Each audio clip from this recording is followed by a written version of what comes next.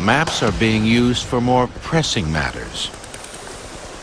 When a disaster strikes, the first response is to aid the victims. A secondary response is to find ways to mitigate future damage. Maps are absolutely necessary to do that, because what needs to be done, you need to have first a base of where all the populations are now, where the infrastructure is now, where the roads, where the telecommunications networks are now. Then you also have to know where the places are most at risk. Once those are done, you can identify the overlaps, where people are at risk. This is where disasters are mapped.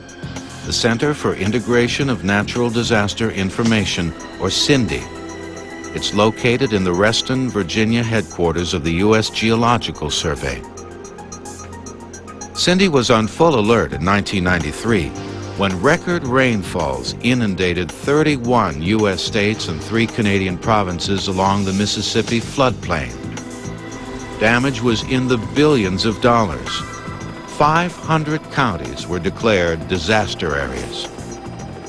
Maps were needed not only to aid rescue crews, but to plan for the future. USGS aerial photography teams took to the sky to begin mapping the damage.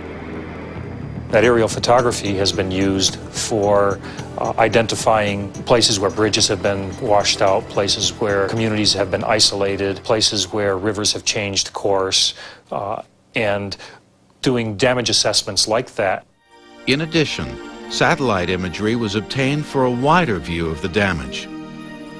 When combined with the aerial photography and other data at the CINDI lab, cartographers create computer-generated maps that tell a story. They portray the Mississippi floodplain prior to the '93 storms. They show the dramatic swelling of the floodplains and finally the severe erosion that was caused as the water receded. These maps will not only assist in restoring the floodplain, but also in the future planning of cities and homes. These mapping techniques are not only employed during disasters. The USGS is constantly updating maps to reflect geographical change.